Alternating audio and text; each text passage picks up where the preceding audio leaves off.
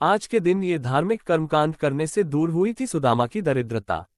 शास्त्रों की बात जाने धर्म के साथ। वैशाख पूर्णिमा का बड़ा ही महत्व है।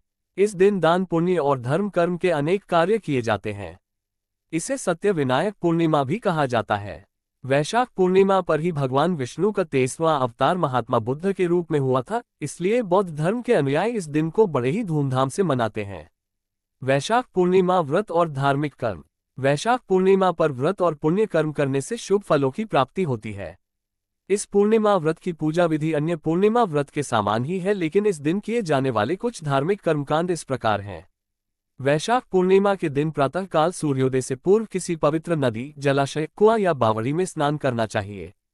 स्नान के बाद सूर्य मंत्र का उच्चारण करते हुए सूर्य देव को अर्घ्य देना चाहिए। स्नान के पश्चात व्रत का संकल्प लेकर भगवान विष्णु की पूजा करनी चाहिए।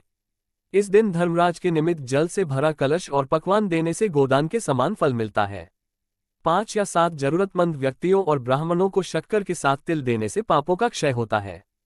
इस दिन तिल के तेल के दीपक जलाएं और तिलों का तर्पण विशेष रूप से करें। इस दिन व्रत के दौरान एक समय भोजन। वैशाख पूर्णिमा का महत्व। वैशाख पूर्णिमा पर धर्मराज की पूजा करने का विधान है, इसलिए इस व्रत के प्रभाव से अकाल मृत्यु का भय नहीं रहता है।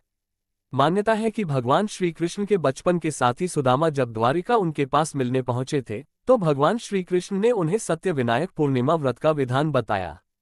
इसी व्रत के प्रभाव से सुदामा की सारी दरिद्रता दूर हुई।